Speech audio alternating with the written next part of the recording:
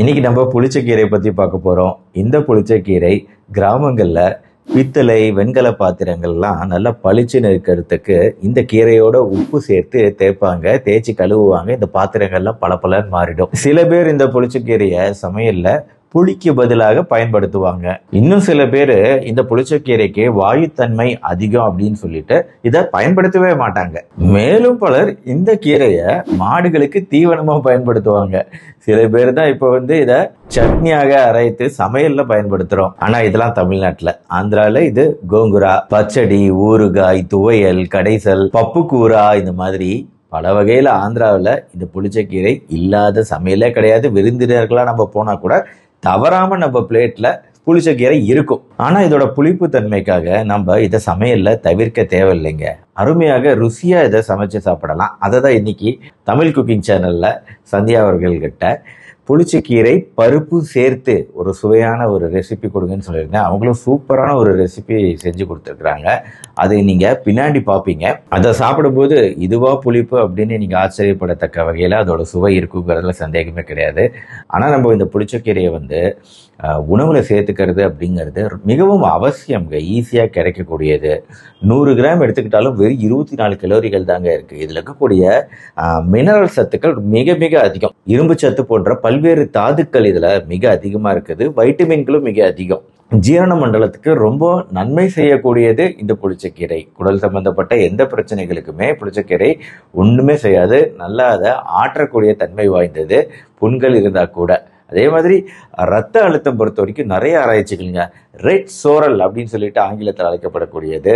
ஆங்கிலத்தில் அறிவியல் ரீதியா ஹைபிஸ்கஸ் சப்தாரிஃபா அப்படின்னு அழைக்கப்படக்கூடியது. இதை குறித்து நிறைய ஆராய்ச்சிகள் இருக்குங்க. இது மெயினா நம்மளோட ரத்த அழுத்த அளவுகளை குறைக்கக்கூடியதா இருக்கு. பல ஆராய்ச்சிகள். ஹைபிஸ்கஸ் அப்படிங்கிற அந்த பேரை கேட்டோன்னே உங்களுக்கு ஒரு விஷயம் தோணி இருக்கணுமே, டாக்டர் இது செம்பருத்தி வகை. ஆமாங்க, செம்பருத்தி குடும்பத்தை சேர்ந்தது தான். ஜென்ரலாகவே வெள்ளை பூக்கள் பூக்கக்கூடியதும் சிகப்பு பூக்கள் பூக்கக்கூடியதும் இருக்கு. ஜம் புளிச்சக்கீரை, சிகப்பு புளிச்சக்கீரை இருக்கு.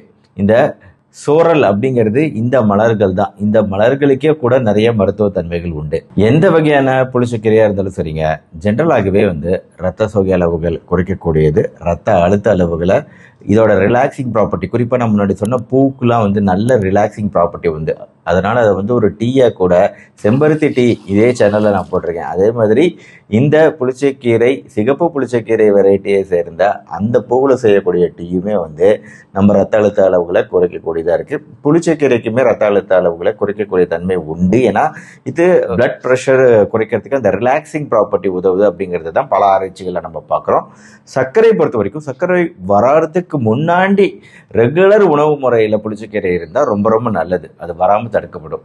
சர்க்கரை நோய் உள்ளவங்க பார்த்து ரெகுலராக அப்பப்போ சாப்பிடக்கூடிய விஷயமா இருக்கு. அது ஒன்றும் பயங்கரமாக குறைச்சிட போடுறதுல சர்க்கரை அளவுகளை. ப்ளஸ் ஆராய்ச்சிகள் படி என்ன தெரிய வருதுன்னா, இது சம்டைம்ஸ் இன்சுலின் ரெசிஸ்டன்ஸை அதிகப்படுத்தக்கூடியதாக இருக்குது டெய்லி சாப்பிடும்போது.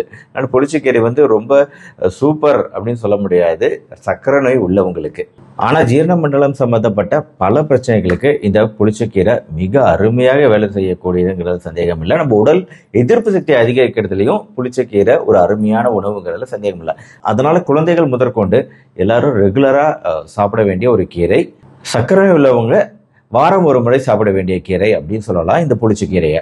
சிறுநீரகம் சம்பந்தமான பிரச்சனையிலையும் ஆரம்ப கட்டத்தில் தாராளமாக யூஸ் பண்ணலாம். ஆனால் சிறுநீரக கோளாறு, கிட்னி ஃபெயிலியர்லாம் ஆரம்பிச்சிருச்சு அப்படின்னா இதில் இருக்கக்கூடிய அதிகப்படியான தாதுக்கள், பொட்டாசியம் சத்துக்கள், பாஸ்பரஸ் சத்துக்கள், இரும்பு சத்து, இது எல்லாத்தையும் வடிகட்டணும் இல்லையா? அந்த கெப்பாசிட்டி கொஞ்சம் கொஞ்சமாக குறைஞ்சிக்கிட்டே போக போக அது ப்ராப்ளம் தான். அதனால் பார்த்து ஜாக்கிரதையாக தான் யூஸ் பண்ணணும். சிறுநீரக கோளாறு இருக்குது அப்படின்னா நம்ம அவாய்ட் பண்ணுறது தான் பெட்டராக இருக்கும். லேட் ஸ்டேஜஸில் சிறுநீரக கோளாறு stage 1, stage 2, stage 3, stage 4. Stage 3, stage 4ல் பல விஷயங்களை கட் பண்ண வேண்டியிருக்கும்.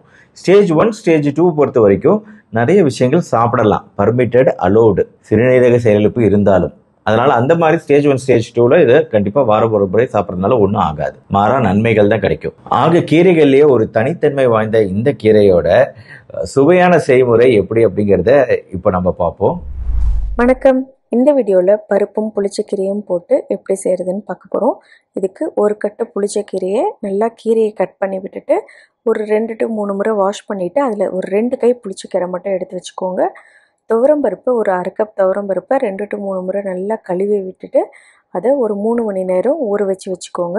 அடுப்பில் ஒரு டேபிள் ஸ்பூன் நல்லெண்ணெய் ஊற்றிட்டு சீரகம் போட்டுட்டு காரத்துக்கு தகுந்த மாதிரி வரமிளகா, ஒரு 5 to 6 பல் பூண்டு, ஒரு பெரிய வெங்காயத்தை பொடி பொடியாக கட் பண்ணி போட்டுக்கோங்க. உங்கள்கிட்ட சின்ன வெங்காயம் இருந்தாலும் அதையும் பொடி பொடியாக கட் பண்ணி போட்டுக்கலாம். அதுக்கப்புறம் வெங்காயம் நல்லா வணங்கினதுக்கப்புறமா நம்ம கட் பண்ணி வச்சுருக்க புளிச்சக்கீரையை போட்டுட்டு கீரை நல்லா சுருண்டு வணங்கி வர வரைக்கும் வணங்க விடணும். நல்லா வணங்கினதுக்கப்புறம் அதை அப்படியே குக்கருக்கு போட்டுக்கோங்க. அந்த குக்கர்லேயே நம்ம ஊற வச்சுருக்கோம் இல்லைங்களா துவரம் பருப்பு, அதையும் இது கூட போட்டுக்கோங்க. போட்டுட்டு மறுபடியும் ஒரு 2 கப் நல்லா பருப்பு முழுகிற அளவு தண்ணி ஊற்றிக்கோங்க. ஊற்றி விட்டுட்டு அதில் கொஞ்சமாக மஞ்சத்தூள், தேவையான அளவு உப்பு போட்டுக்கோங்க. போட்டுட்டு எல்லாத்தையும் நல்லா மிக்ஸ் பண்ணி விட்டுட்டு மூடி வச்சுட்டு குக்கரை மீடியம் ஃப்ளேமில் வச்சுக்கோங்க.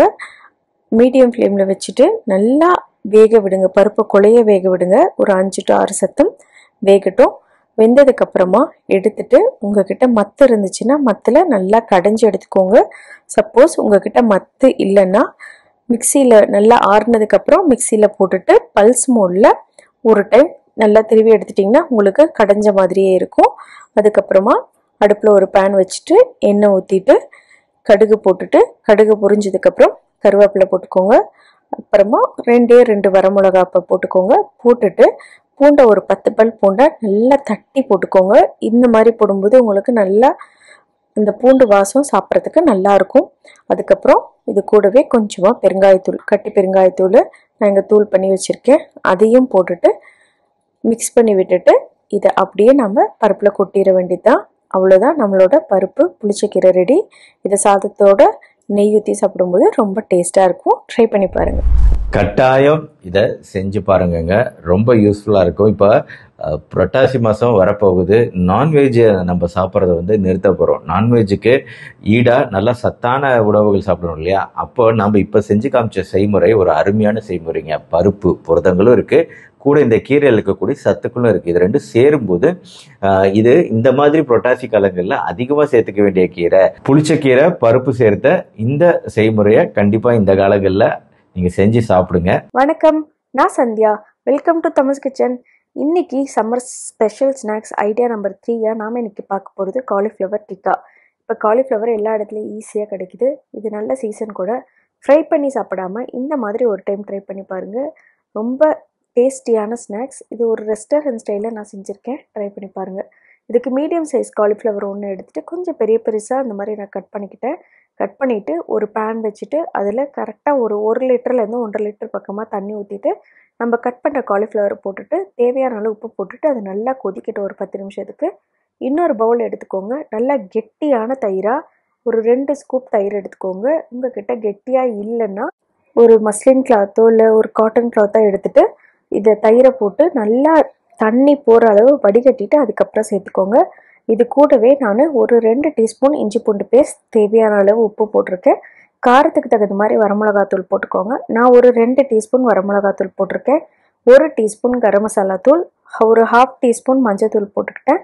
அது கூடவே நல்லா ஒரு பெரிய டேபிள் ஸ்பூன் ஃபுல்லாக கொத்தமல்லி தூள், 1 டீஸ்பூன் காஷ்மீரி மிளகாத்தூள், 1 டீஸ்பூன் சீரகத்தூள், கூடவே 1 டேபிள் ஸ்பூன் எண்ணெய். இது எல்லாத்தையும் போட்டுக்கோங்க. போட்டுட்டு இது கசூரி மேத்தி ஆப்ஷனல் தான், வெந்தய இலையை காய வச்சது. இது இருந்தால் போட்டுக்கோங்க, இல்லைன்னா கொத்தமல்லி இலை கூட போட்டுக்கலாம். போட்டுட்டு நல்லா மிக்ஸ் பண்ணிக்கோங்க. மிக்ஸ் பண்ணி விட்டுட்டு இது கூடவே நான் 1 டேபிள் ஸ்பூன் கடலை மாவு சேர்த்திக்கிறேன். இந்த கடலை மாவு எதுக்குன்னா நல்லா பைண்ட் ஆகிறதுக்காக நம்ம சேர்த்துறோம். போட்டுட்டு இந்த கடலை மாவுக்காக கொஞ்சமாக நான் மிக்ஸ் பண்ண மறந்துட்டனால கடலை மாவை கொஞ்சமாக போட்டுட்டு கொஞ்சமாக மட்டும் தண்ணி ஊற்றிட்டு மறுபடியும் இதை நல்லா மிக்ஸ் பண்ணிக்கிறேன். ஒரு 30 செகண்ட் நல்லா இந்த மாதிரி மிக்ஸ் பண்ணி விட்டுட்டிங்கன்னா கட்டி இல்லாமல் நல்லா கரைஞ்சி வந்துடும். இப்போ இது ரெடி ஆகிடுச்சு. அதுக்குள்ளே நம்மளுக்கு காலிஃப்ளவரும் நல்லா நம்மளுக்கு வெந்து வந்திருக்கும். ஓரளவு க்ரன்ச்சியாக இருக்கிற மாதிரி பார்த்துக்கோங்க. இப்போ இந்த மாதிரி கொதி வரும்போது அடுப்பு ஆஃப் பண்ணிடுங்க. பண்ணி விட்டுட்டு இதை வடிகட்டி எடுத்துக்கோங்க. வடிகட்டி விட்டுட்டு நல்லா ஆற வச்சுக்கோங்க. அப்படியே சூடாக சேர்த்த வேண்டாம், நல்லா ஓரளவுனாவது கொஞ்சம்னாவது ஆறணும். ஆற வச்சதுக்கப்புறமா நம்ம கலந்து வச்சுருக்கோம் இல்லைங்களா தயிர் மசாலா, அதில் இந்த காலிஃப்ளவர் எல்லாமே போட்டுடுங்க. போட்டுட்டு நல்லா மிக்ஸ் பண்ணிக்கோங்க. ஃபுல்லாக எல்லாத்தையும் இந்த மாதிரி போட்டுட்டு ஒரு கரண்டி வச்சுட்டு மிக்ஸ் பண்ணிக்கோங்க. மிக்ஸ் பண்ணி விட்டுட்டு இது நல்லா ஒரு ஏர்டைட் கண்டெய்னர்லையோ இல்லைன்னா இந்த மாதிரி கிளிங் ஃபிலிம் ஷீட்டோ போட்டுட்டு நல்லா டைட்டாக மூடி வச்சுருங்க. வச்சுட்டு இதை ஃப்ரிட்ஜில் அப்படியே ஒரு 2 மணி நேரத்துக்கு நீங்கள் வச்சுருங்க. அப்போ தான் அந்த எசன்ஸ் நல்லா இறங்கி இருக்கும், நம்மளுக்கு சாப்பிட்றதுக்கு நல்லா டேஸ்ட்டாக இருக்கும். ஒரு 2 மணி நேரத்துக்கு அப்புறம் வெளியே எடுத்துருங்க. அட்லீஸ்ட் மினிமம் ஒரு 1 மணி நேரமாவது வச்சுருங்க. அப்போ தான் இது நல்லாயிருக்கும். இந்த மாதிரி எடுத்துக்க போகிறோம். எடுத்துட்டு இந்த பார்பிக்யூ ஸ்டிக்குன்னு உங்களுக்கு கடையில் கிடைக்கும். அந்த மாதிரி கிடைச்சா வாங்கிக்கோங்க, இல்லைன்னா நான்ஸ்டிக் பேன்லேயே போட்டு செஞ்சுக்கலாம். இந்த மாதிரி ஒரு இதில் ஒரு 7 to 8 காலிஃப்ளவரை ஃபுல்லாக இந்த மாதிரி கோத்துக்கோங்க. கோத்துட்டு ஒரு கிரில் பேன் எடுத்திருக்கேன், இல்லை நீங்கள் நார்மல் பேன் எடுத்தாலும் சரி. எடுத்துட்டு அதில் ஒரு டேபிள் ஸ்பூன் எண்ணெய் ஊற்றிருக்கேன். ஊற்றிட்டு இந்த மாதிரி நம்ம செஞ்சு வச்சதை எல்லாத்தையும் லைனாக வச்சிடறோம். வச்சுட்டு அடுப்பை கொஞ்சம் மீடியம் ஃப்ளேம்லேயே வச்சுட்டு கொஞ்சம் திருப்பி விட்டுட்டு எண்ணெய் மட்டும் ஸ்ப்ரெட் பண்ணிக்கோங்க. ஸ்ப்ரெட் பண்ணி விட்டுட்டு, இல்லைன்னா அப்படியே கொஞ்சம் லைட்டாக ஒரு ஸ்பூன் எண்ணெய் ஊற்றி விடுங்க. ஊற்றி விட்டுட்டு 2 பக்கமும் நல்லா திருப்பி போட்டுருங்க. போட்டுட்டு நல்லா 2 பக்கமும் செவந்து வந்ததுக்கப்புறம் திருப்பினதுக்கப்புறம் ஒரு தடவை இதே மாதிரி ஆயில் அப்ளை பண்ணிக்கோங்க. பண்ணி விட்டுட்டு 2 பக்கமும் நல்லா செவந்து வந்ததுக்கப்புறமா எடுத்துட்டு நீங்கள் மின் சட்னி வச்சுட்டு சர்வ் பண்ண வேண்டியதான். ரொம்ப டேஸ்ட்டாக இருக்கும். இப்போ பாருங்கள், நல்லா செவந்துருச்சு எல்லா பக்கமும். இது வேகிறதுக்கு ஒரு 5 to 7 minutes ஆச்சு. அதுக்கப்புறமா நான் இதை எடுத்துட்டு இது கூட மின் சட்னி ஆனியனும் வச்சு சர்வ் பண்ண வேண்டியது தான். இல்லை உங்ககிட்ட கிரில் பேன் இல்லை அப்படின்னா பார்பிக்யூ ஸ்டிக்கோ இல்லைன்னா இந்த மாதிரி நான்ஸ்டிக் பேனோ இல்லை அகலமான கடாயை எடுத்துட்டு அதில் ஒரு 2 டேபிள் ஸ்பூன் எண்ணெய் ஊற்றிக்கோங்க. ஊற்றிட்டு நம்ம கலந்து வச்சுருக்கோம் இல்லைங்களா காலிஃப்ளவர், அதை போட்டுட்டு இந்த மாதிரி ஒரு அடுப்பை மீடியம் ஃப்ளேமில் வச்சுட்டு நல்லா பரட்டி விட்டுடுங்க. கொஞ்சம் நேரத்துக்கு ஒருக்கா நல்லா மிக்ஸ் பண்ணி விட்டுக்கிட்டே இருந்தால் நல்லா தண்ணி வற்றிட்டு உங்களுக்கு நல்லா ரோஸ்ட் ஆகி வரும். கடலை மாவு போட்டிருக்கிறதுனால நல்லா உங்களுக்கு தெரியும் அது டிஃப்ரென்ஸு. அதுக்கப்புறமா இறக்கி நீங்கள் சர்வ் பண்ண வேண்டியதான். பாருங்கள், தண்ணி வற்றி அந்த தயிர் எல்லாமே வற்றிட்டு உங்களுக்கு நல்லா சுருண்டு வந்துருச்சு. இப்போ இது கூட நீங்கள் மின் சட்னியும் இல்லை ஆனியனோ வச்சு சர்வ் பண்ண வேண்டியதான். கொஞ்சம் டிஃப்ரெண்ட்டாக இருக்கும். பன்னீர் வச்சுட்டு தான் நம்ம செய்வோம். காலிஃப்ளவர் வச்சா கூட அதே டேஸ்ட் வருது. கண்டிப்பாக ட்ரை பண்ணி பாருங்கள். இந்த வீடியோ பிடிச்சிருந்துச்சுன்னா மறக்காமல் தமிழ்ஸ் கிச்சனை சப்ஸ்கிரைப் பண்ணிக்கோங்க. உங்கள் ஃப்ரெண்ட்ஸ் அண்ட் ரிலேட்டிவ்ஸ்க்கு இந்த வீடியோவை ஷேர் பண்ணுங்கள், லைக் பண்ணுங்கள். நன்றி, வணக்கம். நல்லா இருந்துச்சுன்னா கீழே கமெண்ட் செக்ஷனில் சொல்லுங்கள். வீடியோ பிடிச்சிருந்துச்சுன்னா லைக் பண்ணுங்கள். நம்ம சேனல் டாக்டர் கார்த்திகேயன் இதுக்கு சப்ஸ்கிரைப் பண்ணால் சப்ஸ்கிரைப் பண்ணிக்கோங்க. மறுபடியும் நாளைக்கு பார்ப்போம். நன்றி, வணக்கம்.